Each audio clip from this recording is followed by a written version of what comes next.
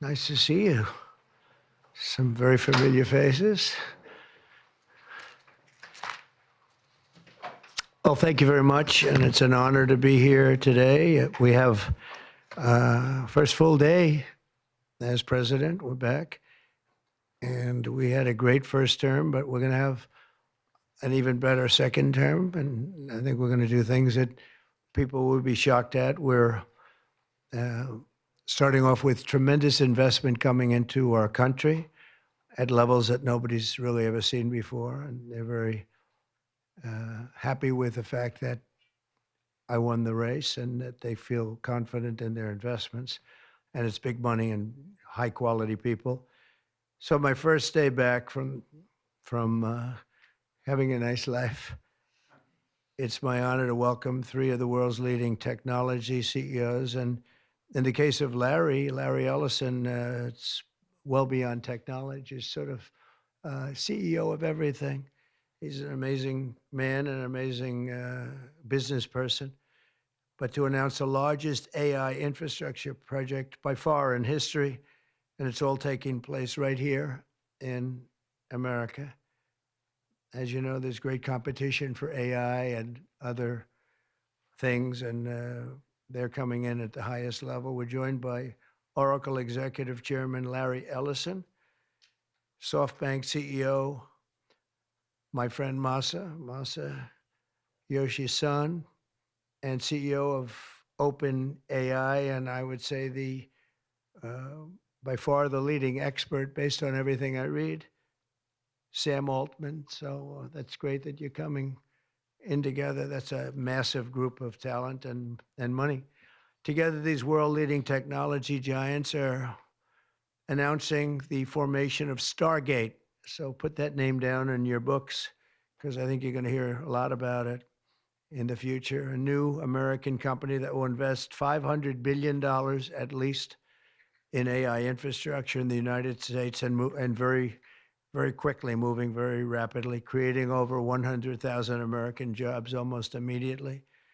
This monumental undertaking is a resounding declaration of confidence in America's potential under a new president. Let me be a new president. I didn't say it, they did.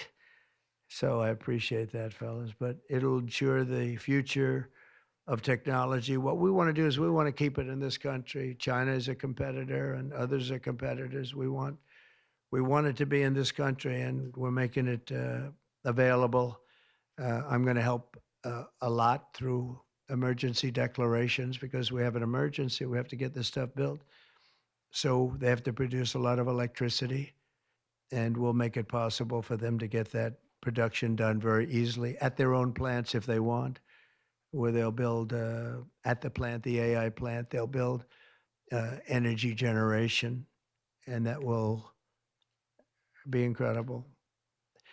But it's technology and artificial intelligence, all made in the USA.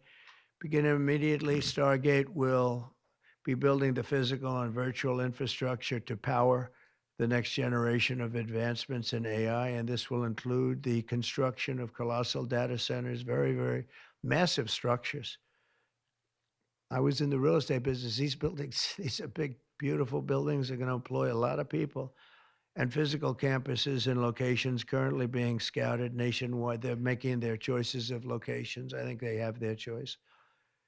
I'd like to ask Larry, Sam, and Masa to say a few words and just talk about a little bit about what they're doing, and if you have any questions, and then we'll go into a couple of other subjects also. But this is, to me, a very big thing. $500 billion Stargate project. I think it's going to be something that's very special. It'll lead to something that could be the biggest of all.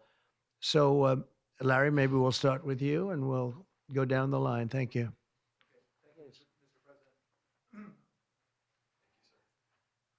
Thank you, Mr. President. We certainly couldn't do this without you. It would simply be impossible. AI holds incredible promise for all of us, for every American. We've actually been working with OpenAI for a while, and with Masa for a while. The data centers are actually under construction. The first of them are under construction in Texas. Each building's 500,000 square feet. There are 10 buildings currently, currently being built, but that will expand to 20 and other locations beyond the Abilene location, which is our first location. The kind of applications that we're building, to give you an idea, maybe the most charismatic and the one that I think touches us all is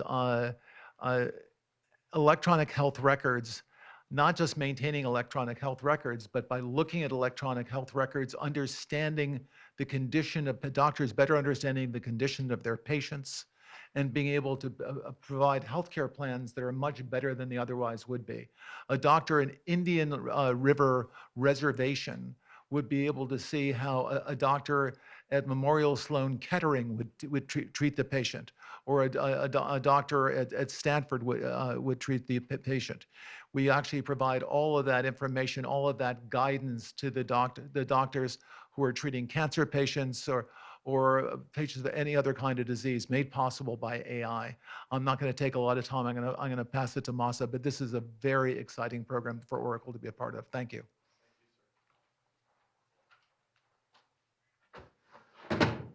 Thank you. That really helped. That's good. That's great. I feel tall now. Thank you. Well, Mr. President, last month I came to celebrate your winning and promised that we will invest $100 billion. And you told me, oh, Masa, go for 200. Yeah. Now I came back with 500. Because this is the, as you said yesterday, this is the beginning of golden age of America. This is one great example, I think, right? We wouldn't have decided to do this. I think so. This is the beginning of golden age. We wouldn't have decided unless you won. And yesterday we agreed, we signed to make this happen. Because of this day. So we would make this happen. We would immediately start deploying $100 billion with a goal of making $500 billion within next 4 years, within your term, right? Because of your success. So we are very, very excited to do this. And our partner is, of course, Softbank, OpenAI, Oracle, and additionally investing partner with MGX. On top of that, we have the technology partner, NVIDIA, and of course, Microsoft has been very, very supportive to SAM and continue to support all our success. This is not just for business. As Larry said, this will help people's life. This will help solving many, many issues, difficult things that otherwise we could not have solved with the power of AI. I think AGI is coming very, very soon. And then after that, that's not the goal. After that, artificial super intelligence will come to solve the issues that mankind would never, ever have thought that we could solve. Well, this is the beginning of our golden age. Thank you very much. Thank you very much. Fantastic. Sam. I don't have too much to add, but I did want to say I'm thrilled we get to do this in the United States of America. I think this will be the most important project of this era. And as Masa said, for AGI to get built here, to create hundreds of thousands of jobs, to create a new industry centered here, we wouldn't be able to do this without you, Mr. President. And I'm thrilled that we get to. I think it'll be an exciting project. I think we'll be able to do all of the wonderful things that these guys talked about. But the fact that we get to do this in the United States is, I think, wonderful. So thank you very much. Could you just say one word? I hear so many positive things about what it's going to do for medical research and for solving things, cancer and all the different problems. How will AI help us with the fight against the various problems, diseases, etc.? These guys can maybe share more about some of the work they're doing there. I think they'll jointly be some of the leaders about driving progress here. But I believe that as this technology progresses, we will see diseases get cured at an unprecedented rate. We will be amazed at how quickly we're curing this cancer and that one and heart disease, and what this will do for the ability to deliver very high quality healthcare, the costs, but really to cure the diseases at a rapid rate, I think will be among the most important things this technology does. Great. Very good. Thank Can you. I speak Larry, and answer that question, Mr. President? So we're currently working on, should I step on this? Okay, all right. No, I'm not that tall. I'm not that tall. I'm not that tall. I'm not that. You look even better. Thank you, Mr. President. One of the most exciting things we're working on, again, using the tools that Sam and Masa are providing, is a cancer vaccine. It's very interesting. It turns out, I'll be quick, all of our cancers, cancer tumors, little fragments of those tumors float around in your blood. So you can do early cancer detection. If you can do using AI, you can do early cancer detection with a blood test. And using AI to look at the blood test, you can find the cancers that are actually seriously threatening the person. So we can, again, cancer diagnosis using AI has the promise of just being a simple blood test. Then beyond that, once we gene sequence that cancer tumor, you can then vaccinate the person, design a vaccine for every individual person to vaccinate them against that cancer. And you can make that vaccine, that mRNA vaccine, you can make that robotically, again, using AI in about 48 hours. So imagine early cancer detection, the development of a cancer vaccine for your particular cancer aimed at you, and have that vaccine available in 48 hours. This is the promise of AI and the promise of the future. Great, thanks.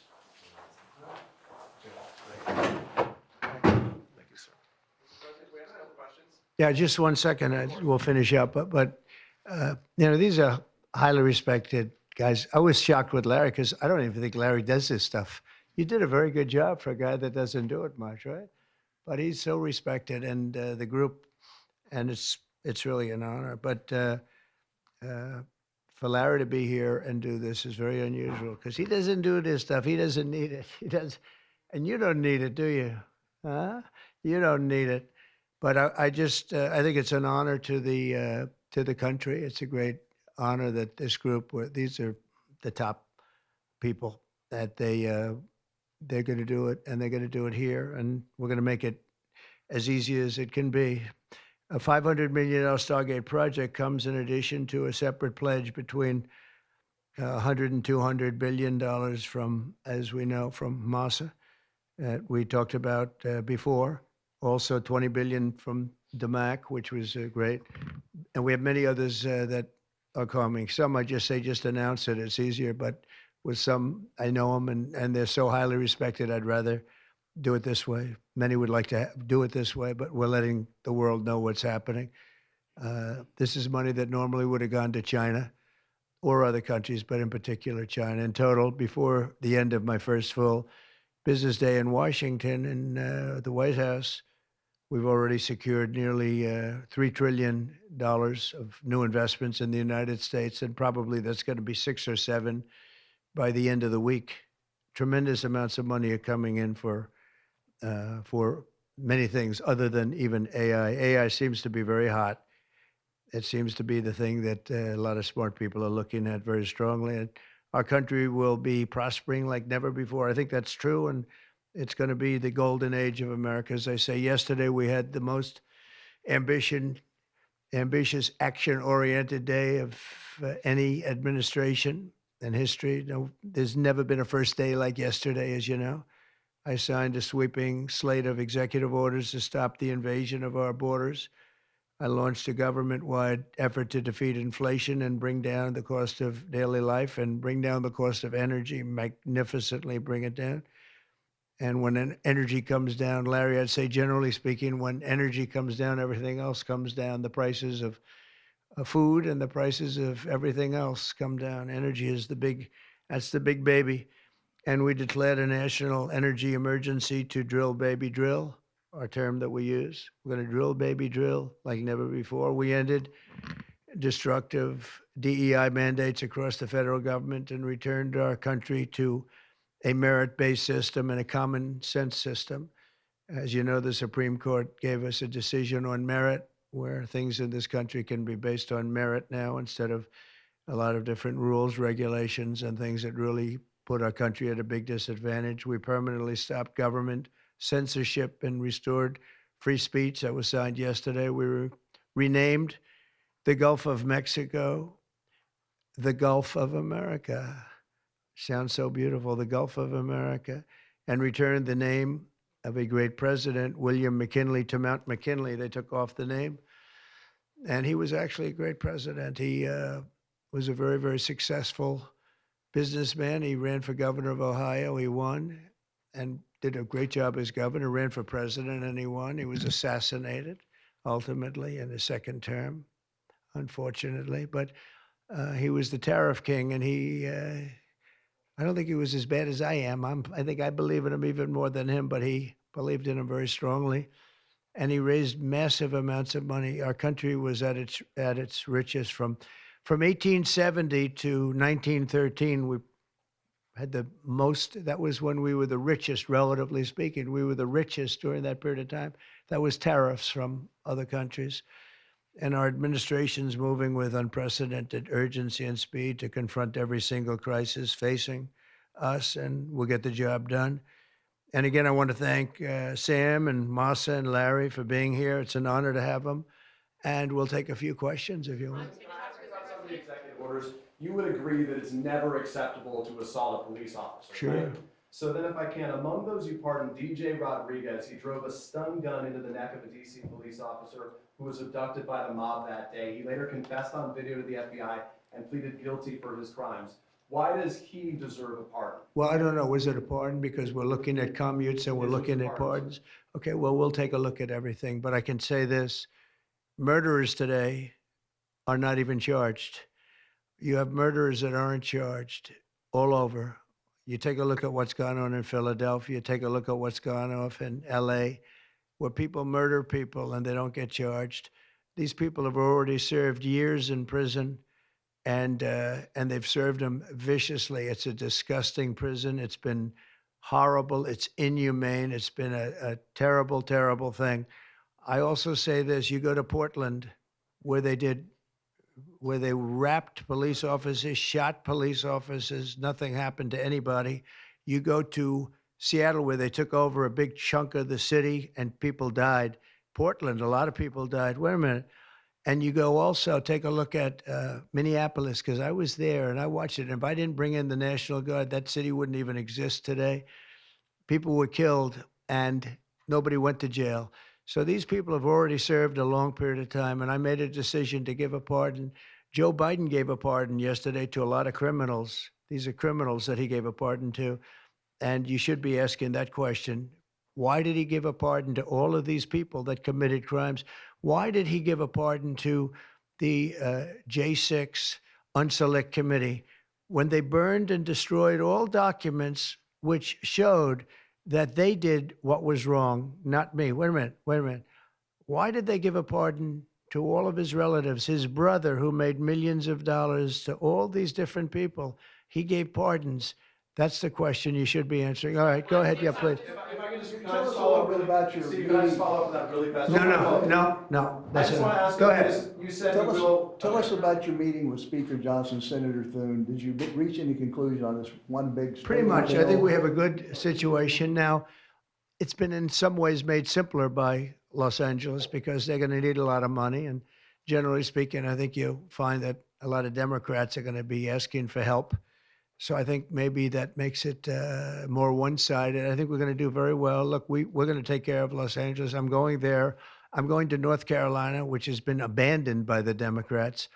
And I'm going to North Carolina, very importantly, first. I'll be there on Friday. And then I'm going from there to Los Angeles. And then I'm going to Nevada. And I'm really going to Nevada to thank them for the vote, because we won Nevada overwhelmingly. And that's usually a Democrat vote. And I just want to go there to thank the people of Nevada for the big vote. So we'll be making that. Yeah, please. The leaders of the Proud Boys and the Oath Keepers were freed following their pardons yesterday. At the time back in 2021, you urged them to stand back and stand by. Is there now a place for them in the political conversation? Well, we have to see they've been given a pardon. I thought their sentences were ridiculous and excessive. One of the guys took down a flag that was an anti-American flag, and he was given years in jail. I don't know the exact number, but he was given many years in jail. I thought it was very excessive. And at least the cases that we looked at, these were people that actually love our country, so we thought a pardon would be appropriate, yeah. Mr. President, is it also true in your conversations with Republicans today that you asked them to consider recess appointments for cabinet officials? I think, yeah, if it's needed, I don't think it's going to be needed. Marco, as you know, got passed overwhelmingly with 99-0, which is pretty amazing. Marco's going to do a great job, Secretary of State, but he just got, I guess he was the first one and just got approved. That's some vote, 99-0, and the nothing was a vote that he would have gotten if we wanted to do it. But you know whose vote that was? Who's doing a great job right now as vice president. Did you also talk about some sort of a trade or a deal involving wildfire relief in extension for a debt? Well, what I really want to have done, I was talking about this with the guys back in the Oval Office. Los Angeles has massive amounts of water available to it. All they have to do is turn the valve, and that's the valve coming back from and down from the Pacific Northwest, where millions of gallons of water a week and a day, even in many cases, pours into California, goes all through California down to Los Angeles, and they turned it off. It's off now. The valve goes, it turns toward the Pacific Ocean, and all that water goes pouring into the Pacific Ocean. If they did what I told them to do, they wouldn't do it because politically they didn't think it was good. I think it's great politically. I think they're dead politically. What they've done, they've destroyed the city. What they've done to that city is unbelievable. The sprinklers, their sprinklers in there like these right here that you see, none of them had any water in them. They didn't have any water. The fire hydrants, 40% of them had no water. The brush was just dry. Everything was dry. The sprinklers on the lawn weren't allowed to even be used. So, you know, everything was dry, and it was an inferno. They created an inferno. So we're demanding that they turn the valve back toward Los Angeles right now. It's not even believable that they haven't done it. Just so you know, they have a valve, and it turns like, think of a sink, but multiply it times many thousands of times the size of it. It's massive. And you turn it back toward Los Angeles. Why aren't they doing it? They either have a death wish, they're stupid, or there's something else going on that we don't understand. But we want the water that they're throwing away to be used for California. And that includes the farmers of California. You know, when you drive up north, you see all of the land. I couldn't believe it. I was with Devin Nunes when he was a congressman and some other congressmen from the area, and we're driving up and we're on the highway, and I keep looking at these farms, and the land is bone dry, and then you'd see an acre, about an acre or 2 acres, with the most beautiful green plants growing in it, the most beautiful you've ever. It's rich stuff, and you look at the soil, and it's so rich. That soil is almost the equivalent to like Iowa soil. It's phenomenal. It's got no water. But the reason it has no water, I said, do you have a drought? No. I said, what do you mean you don't have a drought? Look at the thing. It's dry as a bone. The reason you have like an acre is because they say you can farm 1 acre, but no more, because they didn't want to waste water. But they throw the water into the Pacific Ocean. These people are crazy. So we're going to be issuing an executive order demanding that they immediately let that water come down through California. Farmers, even people living in Beverly Hills. Now, those people have been a lot of them are wiped out. Believe it or not, you know, they were having restrictions, Larry, you know about this. They wanted to restrict you to 38 gallons of water a day. That sounds like a lot, but it's not. When you're a rich person and you like to take a shower, 38 gallons doesn't last very long. And they have all this water, and it's really good water. up high, Pacific Northwest. Some comes in from Canada, a nice country, by the way, comes in from Canada, and it comes all the way through California, and they're restricting it. You even have the half pipes, the half pipes, the cut pipes, big ones, bigger than this room, and they're going all the way down, and they're bone dry, and they could be loaded up with water. No, but isn't it incredible that they don't do it? And it's to protect the Delta smelt. It's a fish that's doing poorly anyway. But I said, how are you protecting the Delta smelt by not giving it water? It's a fish. It needs water. Nobody can answer that question. President Trump, TikTok, Mr. Well, President. let me do this first. Are you open to Elon buying TikTok? Say it? Are you open to Elon buying TikTok? I would be if he wanted to buy it, yeah. And on your inauguration, I'd like Larry to buy it too. I have the right to make a deal. So the deal I'm thinking about, Larry, let's negotiate in front of the media. The deal, I think, is this, and I've met with owners of TikTok, the big owners. It's worthless if it doesn't get a permit. It's not like, oh, you can take the US. The whole thing is worthless. With a permit, it's worth like $1 trillion. So what I'm thinking about saying to somebody is buy it and give half to the United States of America, half, and we'll give you the permit. And they'll have a great partner, the United States. And they'll have something that's actually more valuable because they have the ultimate partner, and the United States will make it very worthwhile for them in terms of the permits and everything else. But so think of it, you have an asset that has no value or has $1 trillion value. It all depends on whether or not the United States gives the permit. So what I'm saying is let the United States give the permit, and the United States should get half. Sounds reasonable. What do you think? Sounds like a good deal to me, Mr. President. Yeah, he can afford it too. Mr. President, you're a president who has long said that you back the blue, but aren't you sending the message that assaulting officers is okay with these pardons? No, the opposite. In fact, I'm going to be letting 2 officers from Washington Police, D.C. I believe they're from D.C., but I just approved it. They were arrested, put in jail for 5 years because they went after an illegal, and I guess something happened where something went wrong.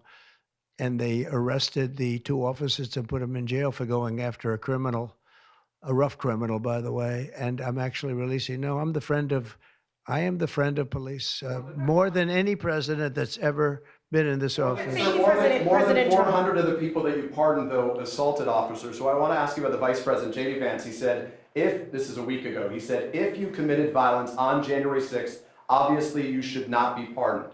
Why is your Vice President wrong? Well, only for one reason. They've served years in jail. They should not have served, excuse me, and they've served years in jail, and murderers don't even go to jail in this country. And we had 1,500. We have 16 under review. As you know, we commuted about 16 of them because it looks like they could have done things that were not acceptable for a full pardon. But these people have served years of jail, and their lives have been ruined. And in many cases, listen to me for a second. Stop interrupting. They served years in jail, and if you look at the American public is tired of it. Take a look at the election. Just look at the numbers on the election.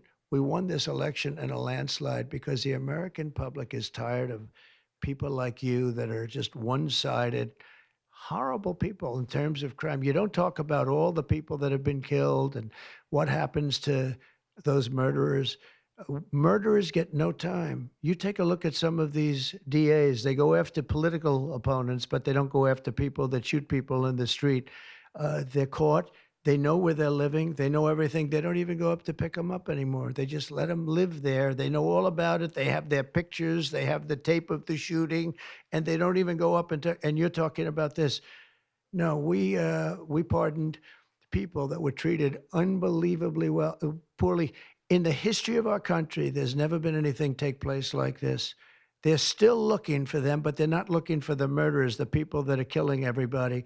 We are, though, and we're getting them out of the country. We just started that. We're getting them out of the country, and they're going to be gotten out of the country fast. They came in illegally from jails and from prisons. They killed many people. Some of them killed many people. about 50% of them killed more than one person. They were released into our country. That's what we're focused on, not the kind of nonsense you're talking about. You've called for a ceasefire in Ukraine. If Vladimir Putin doesn't come to the table to negotiate with you, will you put additional sanctions on Russia? Sounds likely. And Yeah. do you think that the war should be frozen currently along The war current should have battle never lines? started. If you had a competent president, which you didn't, the war wouldn't have happened. The war in Ukraine would have never happened if I were president. But that couldn't happen because the election was rigged. Yeah, go ahead. Mr. President, there's been some debate within your orbit over whether or not to keep or eliminate H-1B visas. What's your position on that? Do you want to keep H-1Bs or do you want to get Well, rid of them? I like both sides of the argument, but I also like very competent people coming into our country, even if that involves them training and helping other people that may not have the qualifications they do. But I don't want to stop. And I'm not just talking about engineers. I'm talking about people at all levels. We want competent people coming into our country. And HB1, I know the program very well. I use the program. Maitre d's, wine, experts, even waiters, high quality waiters. You got to get the best people. Now, then you go into people like Larry, and he needs engineers, and Massa needs, and this gentleman needs engineers like nobody's ever needed engineers, right? So we have to have the quality people coming in. Now, by doing that, we're expanding businesses, and that takes care of everybody. So I'm sort of on both sides of the argument, but what I really do feel is that we have to let really competent people, great people come into our country, and we do that through the H-1 program. Mr. President, are you looking to impose tariffs on Canada and Mexico in an effort to force negotiations sooner on USMCA? No, it's really not on USMCA. It has nothing to do with that. They've allowed, both of them, Canada very much so, they've allowed millions and millions of people to come into our country that shouldn't be here. They could have stopped them, and they didn't. And they've killed 300,000 people last year, my opinion, have been destroyed by drugs, by fentanyl. The fentanyl coming through Canada is massive. The fentanyl coming through Mexico is massive. And people are getting killed, and families are being destroyed. I mean, the son gets killed, and the family is a basket case for the rest of their lives. I mean, I've seen mothers that thought they'd heal. They never heal. They say it gets worse with time. It gets worse with time. They lose their boy. They lose their baby. They lose their young daughter to fentanyl poisoning. And I had that talk with President Xi the other day, too, of China. I said, we don't want that crap in our country. We got to stop it. I would have stopped it. I had a deal with him where he was going to give the maximum penalty, which in China is the death penalty for drug dealing. And he was all said he was going to give the maximum penalty to fentanyl dealers. If they send to the United States, they were going to get the death penalty. And of course, Biden didn't pick that up. I had that deal all done. It was all wrapped up. We were going to have it done.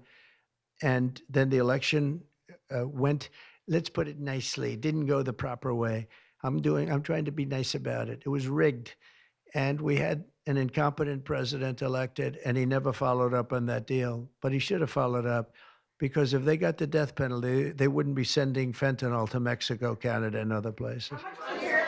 Mr. President, how much will the We're tariffs thinking about that too. We're talking about a tariff of 10% on China based on the fact that they're sending fentanyl to Mexico and Canada. How soon? How soon on those tariffs? Probably February 1st is the date we're looking at. Do you have an For update on- Mexico and China, we're talking about approximately 25%. Update on the Gaza ceasefire, and are you planning to travel to the Middle East soon? We're thinking about going to the Middle East, not yet. We have a thing called the hostages are coming back going on right now, and they are coming back. Some of them have been very damaged. You look at the young lady with her hand practically blown off. You know how that happened, right? Did you know how that happened? When you find out, you're not going to be too happy because it was terrible. But the hostages are starting to come back. If I weren't here, they wouldn't be back ever. They would have never come back. They would have all died. If this were done a year earlier, if Biden would have done this deal a year and a half, 2 years ago, or frankly, It should have never happened. October 7th should have never happened. Nobody should be dead. But through weakness, they allowed it to happen, and then it was a disaster from them. But you go back just 6 months ago, many of these young people were living. You know, young people don't die like that. They're just dying. And young people aren't dying at 22 and 23 years old. They don't die. But now they're dying, and you wonder why they're dying. They're being killed, and they have been killed. But they say 6 months ago, you would have had 11 more living hostages. Think of that. 6 months ago. But Biden couldn't get it done, and it was only the imposition that I put on as a deadline that got it done. But it's a very sad situation. It should have never happened. I'll tell you, two things should have never happened. Three things. Inflation should have never happened. It would have never happened except for what they did to energy and their crazy spending. And Ukraine would have never happened. Never. By the way, Russia never would have gone into Ukraine. I had a very strong understanding with Putin that it would have never, ever happened. He disrespected Biden. Very simple. He disrespects people. He's smart. He understands. He disrespected Biden. And also, the Middle East would have never happened because Iran was broke. They had no money. They had no money for Hamas. They had no money for Hezbollah. It would have never happened. October 7th would have never happened. But it did happen. So this is the cards I've been given. And we're getting the hostages back. That would have never happened under Biden. They would have never come back. They were just dying not that slowly. They were dying or being killed. But that was what was happening. So are you going to keep sending weapons to Ukraine, or are you going to turn off the tap soon? Well, we're looking at that. We're talking to Zelensky. We're going to be talking with President Putin very soon. And we'll see how it all happens. We're going to look at it very soon. One thing I do feel, the European Union should be paying a lot more than they're paying because under Biden, I mean, we're in there for $200 billion more. Now, it affects them more than it affects us. We have an ocean in between, right? Little thing called an ocean. The European Union should equalize. We're in there for $200 billion more than the European Union. I mean, what are we, stupid? I guess the answer is yes, because they must think so. But the European Union takes advantage of us tremendously on trade, and they now take advantage of, and always have. If I didn't get involved years ago, my first term, one of the first things I noticed was that they're not paying enough. They're not paying. And a lot of those countries weren't even paying. The NATO countries, they weren't paying. Only 7 out of 28 were paying. We were one of them. And Poland was one. And they had a few of them that were paying, and some were paying very proudly. Usually the closer to the borderline of Russia they were, the faster they paid, okay? The ones that were further away tended not to pay so fast. And one thing on that, I think they should lift their number not to 2%, but to 5%. NATO should be at 5%, not at 2%. 2% is ridiculous, yeah. Did you ask President Xi in your conversation about Ukraine, you asked him to get involved in helping settle that? Can you tell us about that? I did, yeah. I said, you ought to get it settled because he's not done very much on that. He's got a lot of power, like we have a lot of power. I said, you ought to get it settled. We did discuss it, yeah. Do you intend to continue selling products that benefit yourself personally while you're president? Well, I don't know if it benefited. I don't know where it is. I don't know much about it other than I launched it. I heard it was very successful. I haven't checked it. Where is it today? You made a lot of money, sir.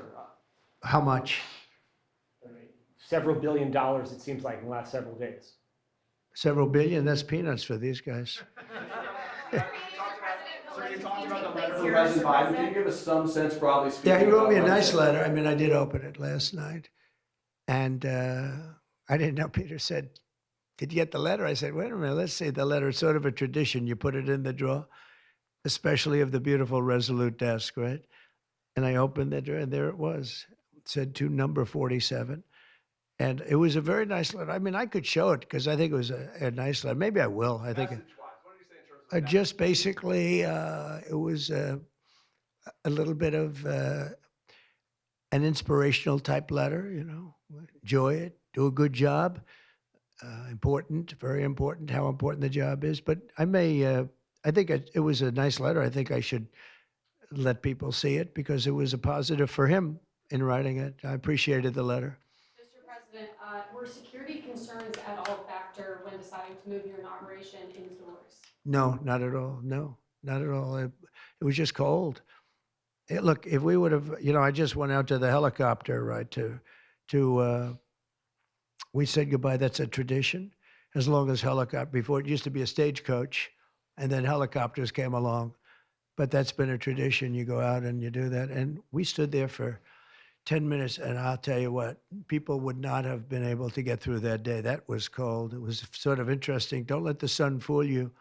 Tell me something. Sunny days can get very cold, can't they? Because that was so freezing yesterday. You couldn't have gotten through it. It would have been. And the answer is no, it wasn't security. With that being said, I thought the Capitol, the rotunda, was beautiful. 72 degrees, unbelievable sound. It's like being in an opera house. I could see people wanting to do it there rather than outside. Why did you remove John Bolton's security clearance, sir? Because I think there was enough time. We take a job. You take a job. You want to do a job. We're not going to have security on people for the rest of their lives. Why should we? I thought he was a very dumb person, but I used him well because every time people saw me come into a meeting with John Bolton standing behind me, they thought that he'd attack them because he was a warmonger. He's the one that got us involved, along with Cheney and a couple of others, convinced Bush, which was a terrible decision, to blow up the Middle East. We blew up the Middle East and we left. We got nothing out of it except a lot of death. We killed a lot of people. And John Bolton was, one of those guys, a stupid guy. But no, you can't have that for life. You shouldn't expect it for life. Is that meeting that you mentioned with President Zelensky, will that take place here, and when and where will you meet with I don't President know. I mean, look, President Zelensky would like to have peace. He's told me that very strongly. He'd like to have peace, but it takes two to tango. We'll see what happens. When will you meet with President Putin? Anytime they want, I'll meet. I'd like to see that end. Millions of people are being killed, and they're being killed. It's a vicious situation, and they're now largely soldiers. A lot of people have been killed in the cities. They look like demolition sites. Buildings, massive buildings bombed and coming down. The thing with Ukraine is that many more people died than you're reporting. You're not reporting the real numbers, and I'm not blaming you for that. I'm blaming maybe our government for not wanting to release those numbers. Many more people died than what you know about. When those big buildings come down and they say 2 people were injured, no.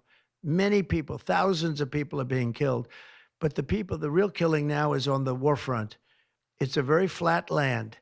And the only thing that stops a bullet is somebody's body. And you have young soldiers. So Russia's lost about 800,000 soldiers now. Ukraine's lost about 600 or 700,000. I think the numbers are low that they're giving out. But they've lost massive numbers of young soldiers. And that war should stop. It's very flat, it's beautiful farmland, and it's flat and really beautiful in a different kind of a way, but they don't have any protection. The only thing that stops a bullet is a body, and those bodies are stopping a lot of bullets, and they're being decimated, both sides. In your conversation with President Xi, what did you tell him in terms of when to expect tariffs, and what can he do to avoid them? About which one? About tariffs? We didn't talk too much about tariffs, other than he knows where I stand. Look, I put large tariffs on China. I've taken in hundreds of billions of dollars. Until I was president, China never paid not 10 cents to the United States. With me, they paid hundreds of $600 billion or so, or more than that even, of tariffs. And if I didn't do that, you wouldn't have a steel mill open in the United States right now. You wouldn't have one steel mill open in the United States. So what I did is I saved the steel industry. I saved other industries too with other tariffs. Other countries are big abusers also. It's not just China. China's an abuser, but the European Union is very, very bad to us. They treat us very, very badly. They don't take our cars. They don't take our cars at all. They don't take our farm products, essentially. They don't take very much. We have a $350 billion deficit with the European Union. They treat us very, very badly. So they're going to be in for tariffs. It's the only way you're going to get back. It's the only way you're going to get fairness. You can't get fairness unless you do that. But the European Union's treated us very badly. But essentially, everybody treats us badly. You know, everybody treats us badly. Yes, go ahead. Because we allow them to. Because we've had stupid people doing this, and we can't have. I'd like to have these three people negotiate for us, just for 1 week, and we'd be a rich country again. But we'll be rich. Mr. President, on AI data centers, will you rescind President Biden's executive order that opens up federal land? On which centers? On data centers. Will you rescind President Biden's executive order that opens up federal lands for data centers and energy production? No, I wouldn't do that. That sounds to me like it's something that I would like. I'd like to see federal lands opened up for data centers. I think they're going to be very important. Again, we have a lot of competition for that. So it's an honor to have these three great people, great CEOs and great geniuses, all three. It's an honor that they want to come to our country, but we're going to make it as easy as we can for them because other countries want them to. I'm going to have to go now. Thank you all very much. Thank you.